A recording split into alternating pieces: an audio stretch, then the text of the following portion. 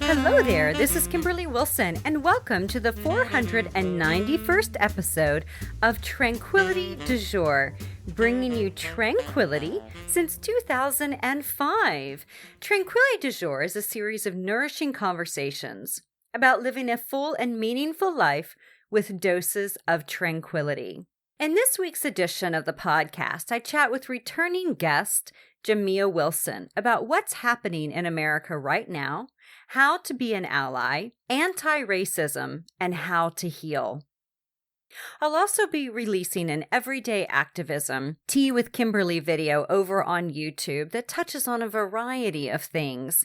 But my hope is that we can all kind of put on our activist hats right now and see what we can do to be allies. For those of you who are new to Tranquility du Jour, a huge welcome, and you can learn more about us in the show notes. Again, that's at kimberlywilson.com/491. There's a little start here link. Also, I wanted to mention a few things that are coming up for those of you who might be interested. On Saturday, hosting TDJ Brunch with a side of tranquility. So basically what this is I'm going to be sharing a few tips on everyday tranquility, and then I'm also going to be showing you signature style tips from the clothing line Tranquility. So there's a link to sign up for that. That's going to be held via Zoom in the show notes. And then also TDJ Live, save the date, Sunday, June 21st at 8 to 9 p.m. Eastern Time. This is our seasonal free gathering. And I share 8 tranquility tips for the new season and would love to have you with us. And sign up is now open for both of these happenings, free events, June 6th and June 21st. Big thank you to Jamia for being with me for this interview. And we all have the opportunity to make a difference, even if it's just for one person or one being with our everyday decisions and choices. So please just kind of keeping that in mind as we navigate this really challenging time in America and doing our best to check ourselves and help educate and inform others and really to be kind of a light. I think that right now we need it more than ever. As we discussed, it's a really hard time. We've got COVID. We've got everything that happened last week in America, and I think this is just a great reminder for us to do a lot of waking up. Jamia is a feminist activist, writer, and speaker. She's the director and publisher of the Feminist Press, author of Young, Gifted, and Black, the introduction and oral history in Together We Rise, behind the scenes at the protests heard around the world, Step Into Your Power, 23 Lessons on How to Live Your Best Life, ABCs of AOC, Big Ideas for Young Thinker, and the co-author of Roadmap for Revolutionaries, Resistance, Advocacy, and Activism for All.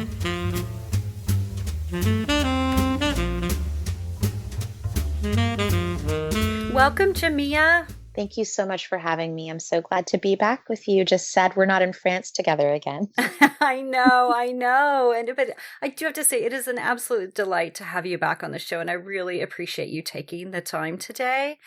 And, the thing I wanted to kind of start with is that Mlk quote that I think really touches home to what's happening right now. And it's, God, can I get through this without crying? It's like such a powerful quote, right? In the end, we will remember not the words of our enemies, but the silence of our friends, right? And it's just like, I think what is happening right now in America is it's heartbreaking on so many levels. And as you and I started talking about before I hit the record button, it's just layered on top of the unemployment and the health scares and blah, blah, blah, blah, blah, right? So much. And so, I am just like, what would you say is kind of like the way in which we as white people, people of color can be an ally for, people of color during this time? Because I think, like so many in America, I cannot get the image of that police officer with his effing hand in his pocket, out of our minds. And so I'll let you take it from here. It's like, what do we do? Where do we go? And how do we get through this? Yeah, I mean, I just, I've been thinking a lot about Martin Luther King and one of the people who I've been following very closely on Twitter and just anywhere that she's speaking now is his daughter. And I've been really listening to what Bernice King has been saying right now. And she's been really wanting people to understand like the truth about her father and the truth about studying his teaching, right? This is the teaching of his life and the righteousness that led him to do this work. And so when I think about him, I think why I think there's an opportunity in this moment and such despair and in such grief is because he was someone who rose to the occasion of injustice by addressing it head on and thinking about how to bring the community together and talking about and addressing the systems that needed to be changed for everyone to be uplifted by making sure no one was left behind. And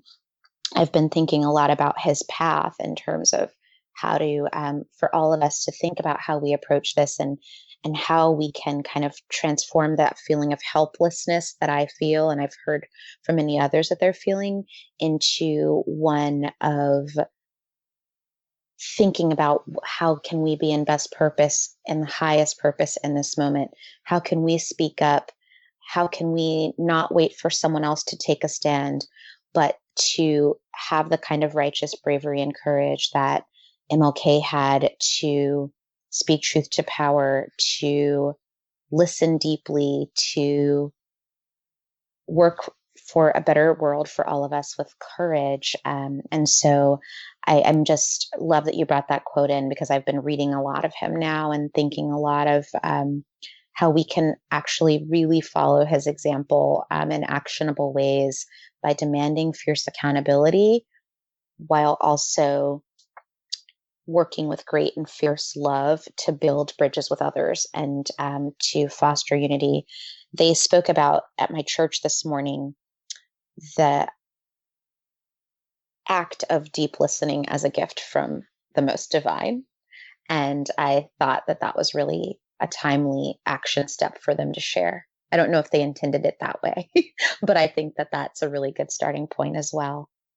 And to do that. And I have some sort of quick actionable steps I could share too.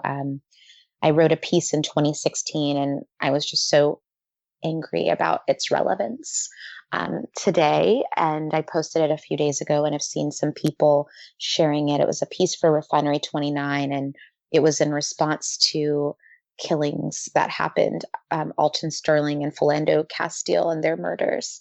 And just the feeling of the weight of this trauma that was embedded into blood memory for me, and then living it and that anguish, and then my sadness about the denial and silence I felt from people in my life who would either want to turn away or felt like it was too heavy for them to kind of comment on or contribute to the action to take steps to change this.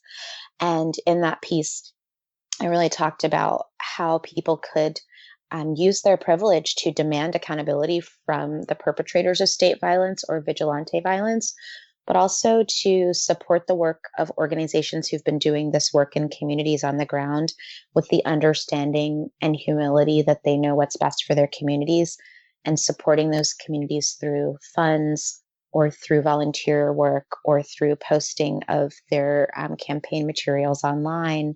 And then also by holding media outlets accountable when they're putting forth harmful narratives that confirm bad stereotypes or false narratives as well, which I think is so terrible as it relates to the court of public opinion and shaping bad cultural practices around how we look at the lives of victims of state violence. And listeners, I'll put a link to that in the show notes, which you'll be able to find at KimberlyWilson.com/491. So Jamia will have a link to that and some of the other things that I know. You've got a lot of great resources. Yeah, and so one of the things too, as you talk about kind of these action steps, right? I don't know if you saw the article that was in CNN on Saturday, and a guide to how you can support marginalized communities. And I also, saw people not liking the word marginalized, which so I thought it was interesting that they chose that as the heading. But basically the whole thing is like how to be an ally. And I just wanted to read some of these, and I'm just curious kind of your overall thoughts on what tends to be most effective. So, reaching out, offering support and comfort, educating yourself and others. So doing your research, kind of as you mentioned, asking questions when needed, brushing up on history, influence people in your own group, and teach your children, own up to your mistakes. And then good, right? And then the next one is listen, which I think ties into, your church message today is acknowledge your privilege, pay attention, know when to talk less, understand others' experiences.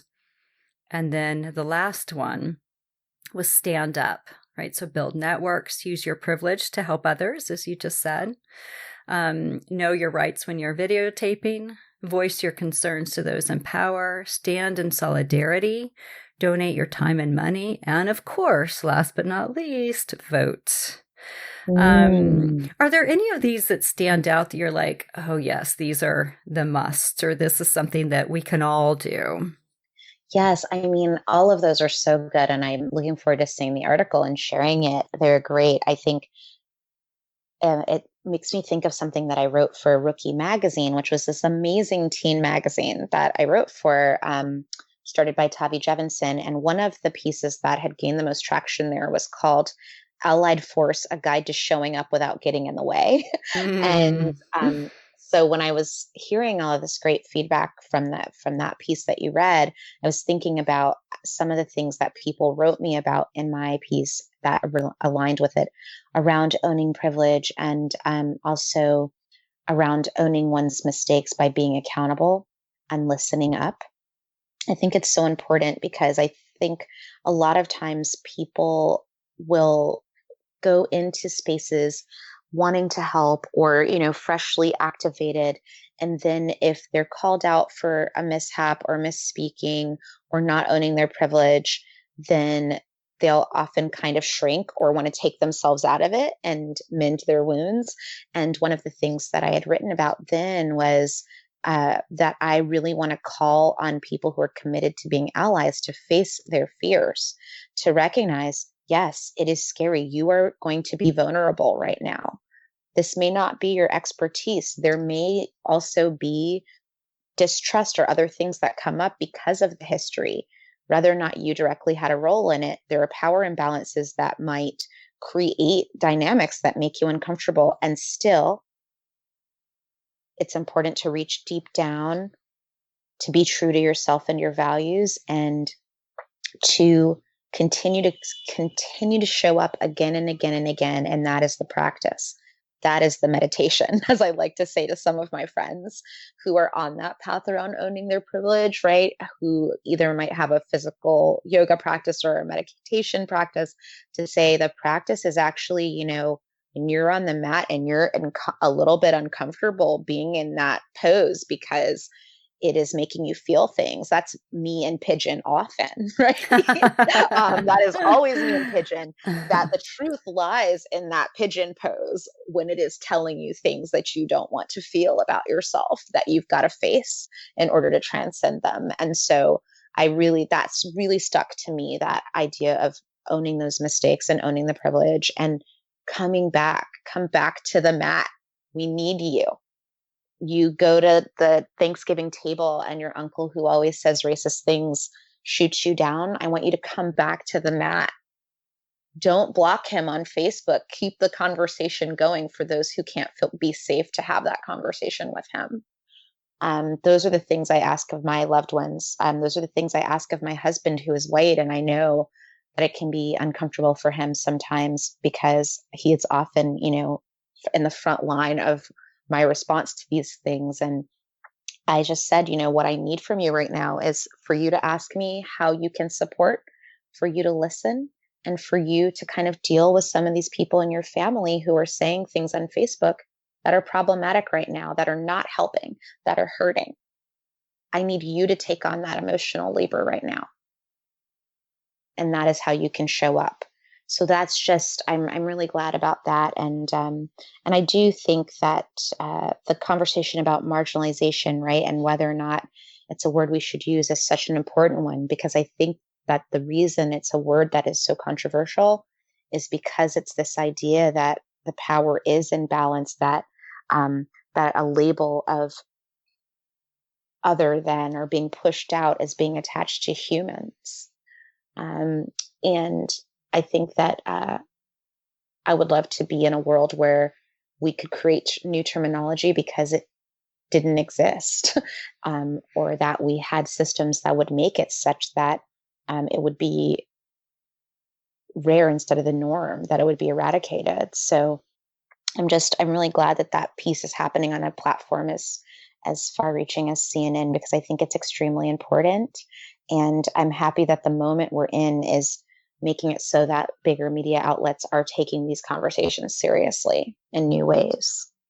Yeah, absolutely. And I think, yeah, it's such kind of a well done, concrete article. So again, listeners, I'll have a link to this. One of the things that's it's weird. Oh, okay, better now. I was getting a little background, so I'll just note it this time to kind of cut that out. Okay.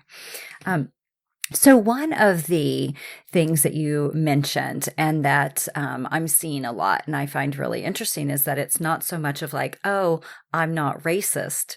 It's I'm anti-racist, right? And you even said, because there's a book out called that, and then you even said that, the books that you recommended were anti-racist books. And so can you help our listeners maybe understand the distinction between I'm not racist to I'm anti-racist?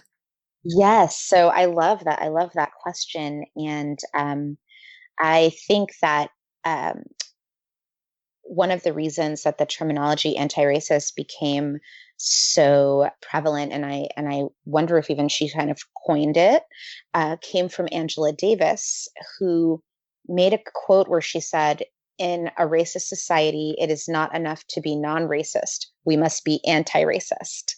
And in that, she's expressing this idea is that if it's not enough to kind of be passive about a systemic problem that casts some into an imbalance of power that privileges them and others to the margins, others are left behind, but instead we should be anti-racist, which is a verb. I like to say as well, in the sense of it's fighting against racism. It actively acknowledges that racism is a system that we have to fight against because it is unnatural to humanity, because it is destructive to humanity, and it's destructive to building a culture of collaboration and partnership and healing. And what I think is great about it is it also talks about racism as a system. So not just about sort of the individual acts of meanness that I think sometimes people like to talk about what racism is when they say, I'm not racist, right? And kind of shirking responsibility of that, and more talking about what does it mean beyond these interpersonal racist incidents? How does structural racism or institutional racism within an organization and the biases and stereotypes or implicit or the covert and overt ways that they are expressed, how do they impact the overall experiences of communities, and how do they make it so that we have this disparaging and disproportionate impact on specific communities? It's one of those things that I like to remind people who will say that I'm not racist, comment is that, yes, we will acknowledge that no one's born as a racist or no one's born as an anti-racist, right?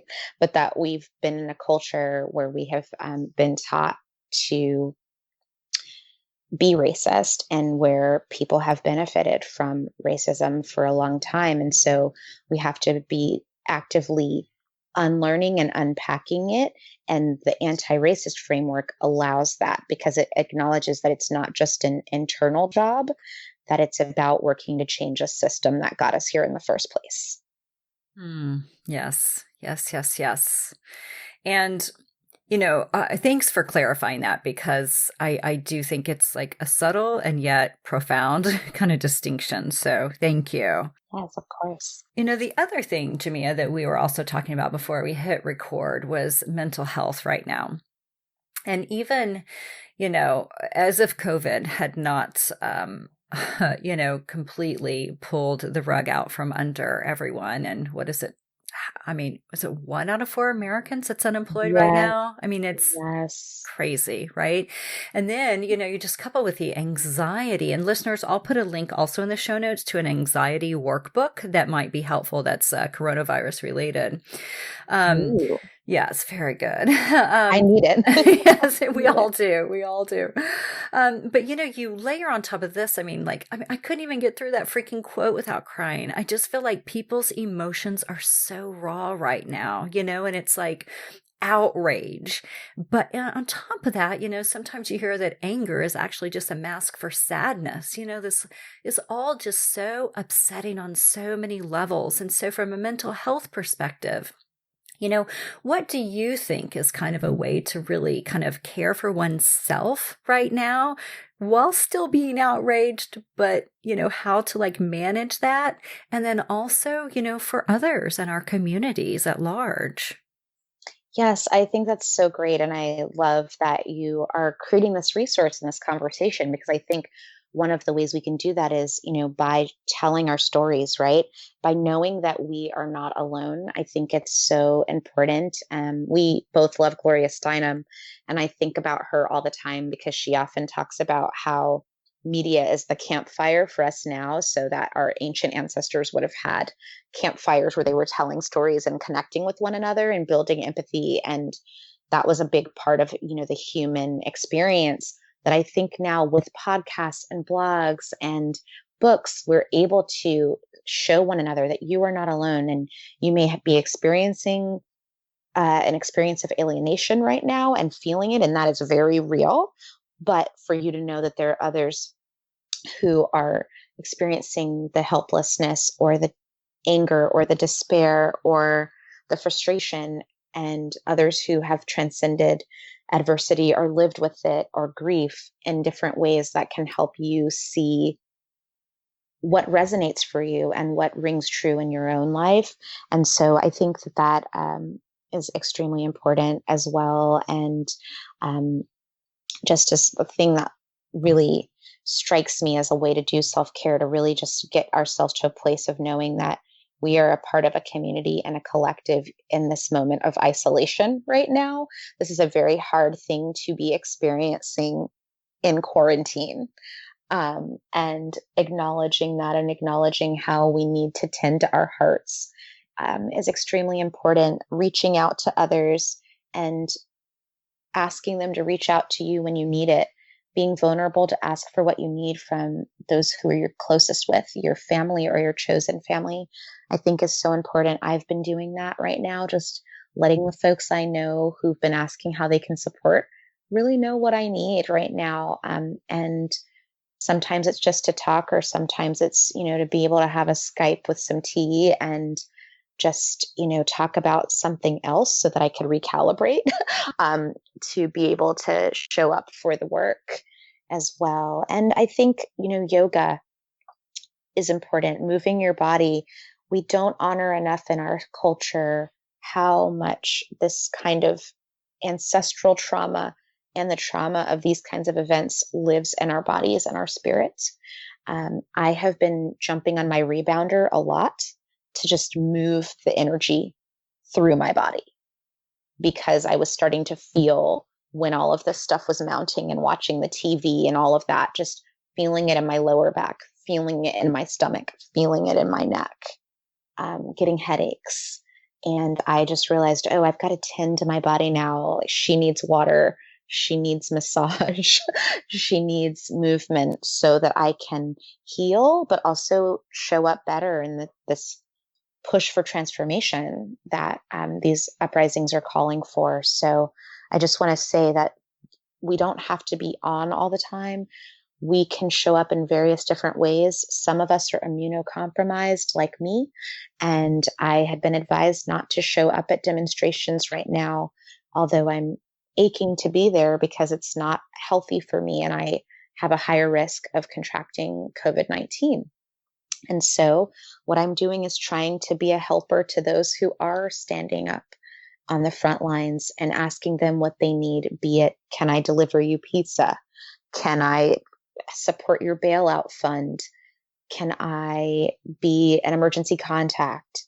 There are many ways in which we can all be involved right now, and just coming with grace to realizing that we all have a part to play, I think, is the most important thing. Yeah, I love that. Can I be an emergency contact, support your bailout fund? These are all just such great tangible ideas. And I don't know if you saw Saturday, AOC posted this great infographic on what to take to a protest, what not to take, things along those lines. Did you see it? Yes, I loved it. It was so great. And listeners, I'll put a little screenshot of it on in the show notes for you in case you missed it. But yeah, I just was like, it's so helpful, right? And so many things that you just wouldn't necessarily think about. And, I'm curious because one of the things also that we talked about before hitting record is the challenge. And you kind of alluded to it earlier in our interview with regard to your husband's family, but the people who have comments about the looters and are equating them as the same as the protesters. And can you speak to that? Because, of course, we're seeing images of like people taking out, boxes of Steve Madden shoes and, going through Target, things along those lines. Or the cheesecake. Oh, that cheesecake from Cheesecake Factory. I missed the cheesecake. Oh my gosh. But, it's just kind of like, it's as if like, oh, well, those are the people who are protesting. It's like, no, those are like a portion, like a small percentage, but yet that's what we're seeing. So can you speak a little bit to that? Yes. So I think, that's really the important part too of like checking how you're getting your media. And, also one of the things my therapist just keeps telling me is we all need a social media diet. Yes. That there's a time in the day where she says I'm allowed to set aside 10 minutes so I can just worry, because anxiety is something I live with, right? So allow myself to have my worry time so I'm not spreading that out throughout the day. But then also the other time is my social media diet time, where I am not constantly on Twitter continuing to let others hype myself up while I'm also hyping up others, right? And I think that has been really important to me. And part of the reason I think that's important is sometimes too, we might be getting into the oxytocin of getting all the energy from this and wanting to get more information out there and not necessarily reading everything closely that we're seeing. And so what I'm seeing with some of the people I've had to correct is actually seeing them conflate in well-meaning ways the truth around who's actually looting and who's not, and being able to kind of say, well, actually, here's an article here that's talking about how there are far-right extremists in the Boogaloo movement who have actually been active in wanting to infiltrate these kinds of demonstrations so that they can foster a civil war, because that's one of their goals. And I had a couple of people after they read those pieces say, oh, I'm stepping back now and seeing that, oh, if I looked at those pictures at that event, those protesters actually fit the description of people from that movement versus the stereotype of who the media is saying is looting. And so I think that's really important for people to kind of figure out if there are practices in your life too that can allow you to kind of step back and consume media in a healthier way. If you find yourself kind of getting drawn into it, or others, and inviting them to do so. I also think around the looting conversation, what I want to share is that I have friends who've been on the front lines at some of the actions in Minnesota, in LA, and in Brooklyn, who were peacefully protesting and said that they saw outside agitators, not from their community, not people of color, who came in and would start to engage with law enforcement or start to break property. And then they were the ones targeted with rubber bullets or pepper spray. And so some of those people have created social media footage to kind of show as evidence, because they felt that if they ended up getting arrested, they wanted to have it as evidence, but haven't been posting it because they don't also want to put footage out of other people's faces by violating their privacy. So I think just letting people know when they're talking about this, that there's a lot of nuance around that what you might be seeing in a media reel that's being played over and over may not be the whole story. And some of the people who've done citizen journalism footage may also not be necessarily releasing some of that footage immediately for privacy reasons or to protect others. Because there's also another fear in the context of this kind of demonstration that some people have around what does the potential for mass arrest mean for COVID-19. So there's just a lot of layers that we have to think through. And I'm trying to invite the people in my life who've had questions about it or who've been really critical to really think about what it means that the system has gotten so unbearable and that the situation is so bad that people are putting their lives on the line to come out and stand up and to really put their focus on that versus blaming the small percentage of individuals who are looting. Right. Beautifully said. Thank you. Thank you. And I remember whenever, I think it's whenever I woke up on Saturday and someone was like, oh my gosh, now they're saying that like the people in Minneapolis who were arrested, like those were actually not, they weren't even from Minneapolis. And I was like, oh my gosh. And so I feel like it was just starting to come out over the weekend. And yeah, it's just like, I guess my last question for you, Jamia, with kind of all of this is, like, where do we go from here? Like, how does the healing start? What can we do to help facilitate healing? I think we've talked about so much, right, with regard to ways in which we can show up and support. And I guess I'm just like kind of looking ahead, which we really, it's so hard right now to do any looking ahead with COVID, right? Because there's so many unknowns. But, with this, like in America, like, where do we go from here? And what can we do to help with the healing? Oh my goodness. I think, that is something that I think is so important. And I think it will be at our peril if we don't take this moment as an opportunity to heal, right? I think that the hope I have is in the fact that we are having quite a reckoning right now. It's economic, the COVID-19 pandemic, and this. And what I think is the opportunity is for us to really look at what this is laying bare and how we can each, with our strengths and with our resources, contribute to rebuilding. We can now reimagine because what we knew before has started to come apart and to unveil new realities for some who hadn't been awakened to it, and also to give us an opportunity to think about, how could we build it if we did have a culture and a framework that left no one behind. And I think some of the ways we could tangibly do that is in terms of thinking about who we vote for. It might mean for some of us that we would step up and run for office. I think the Women's March, that resulted in many people running for office who never thought that they would again. And I'm hoping that as a result of this, that there will be another emergence of a new generation of people of color who are going to run for office and next generation leaders who will be putting issues around criminal justice and equity and all of those things in their platforms. And so I think for me, I really want to call on us to think about how we're voting, who we're supporting. Could we run for office ourselves? Could we be an elected school board official? Could we run for city council? Could we be a delegate? Could we, in our book club in our community, invite people for tea to discuss books like Me and White Supremacy or The New Jim Crow? Could we ask our religious or spiritual community to join us to do volunteer work to support incarcerated people or to support people who have and families who have been impacted by state violence?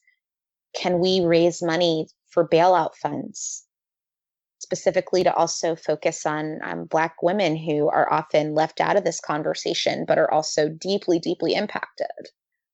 Those are questions that I think we can all explore and just think about, what is the next right thing I can do to show up and stretch a little bit more? That's what I'm asking myself. What other zero could I add to that check that might be a little uncomfortable for me, but that I know can make a real impact? What other conversation could I have that might be a little more courageous for me, but that could really change a heart and mind with someone in my life who I've been kind of afraid to talk to about an issue, but know that it could go a long way?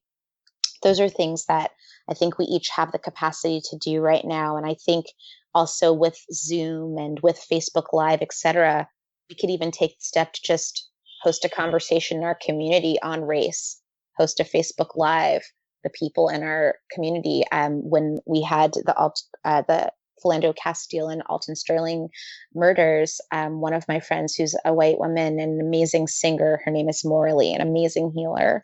She said, Jamia, I want us to get on Facebook Live together. I'm coming over and I want us to talk about race and what you need from me as an ally and your sister. And we got on Facebook Live, not produced. We both got on there rough. I think the video was upside down for a little bit until people let us know. And we talked about what we were going to do together and how we were going to put an end to this and how we were going to take a stand. And although that doesn't fix all of it, it was meaningful and it is meaningful.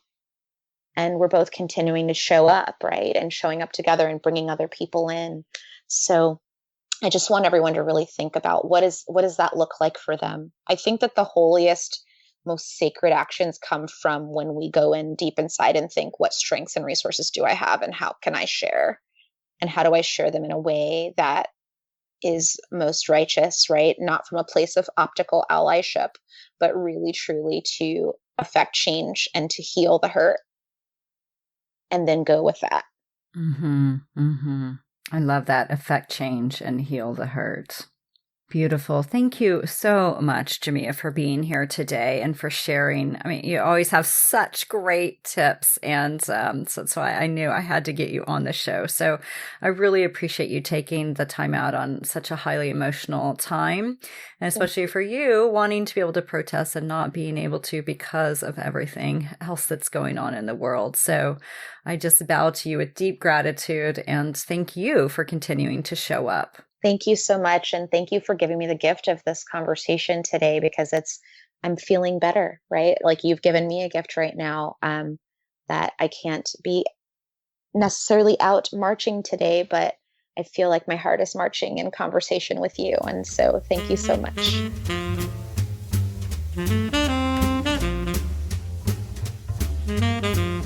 So in the show notes, you'll find a link to many of the things Jamia and I discussed, plus a few more.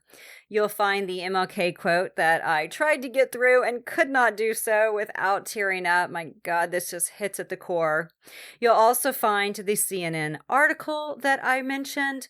Also, a link to watch Knock Down the House, which Jamia mentioned, maybe running for office. And this follows amazing women who ran, including our beloved AOC, and I cried doing the entire documentary. It's so good. If you have not seen it, please do so.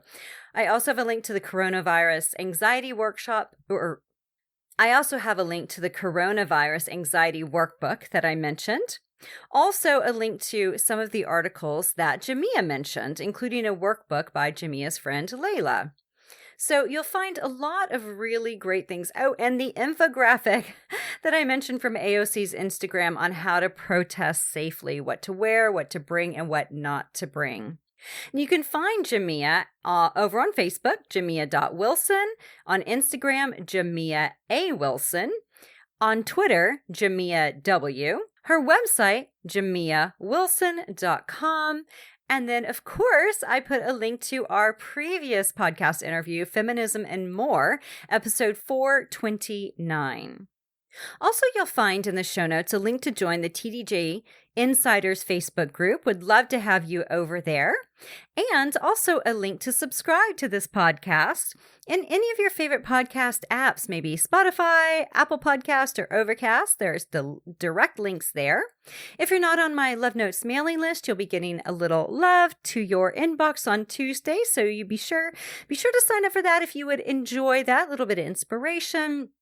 And then, of course, invites to all these fun events that we do.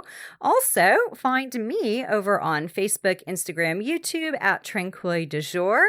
And then also the Tea with Kimberly video series that I mentioned. Also highlighting this week's, which is going to be Everyday Activism.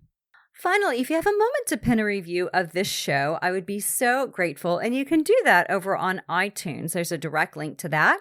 Then, of course, on Amazon or Goodreads, for those of you who've read any of my books, would be so grateful. And details on how to do this and direct links can be found at KimberlyWilson.com/review. Now, I just want to say a big thank you for tuning in. And I want to say a big, big thank you to Jamia for being with me for this interview. And I just want to, remind everyone of that Mlk quote. I think it's so, so powerful. And also the starfish story, which I can never get through without freaking crying. So I'm not going to read it here, but maybe I'll go ahead and add a link to that in the show notes. So thank you for tuning in and being here. I'm so, so grateful. Namaste.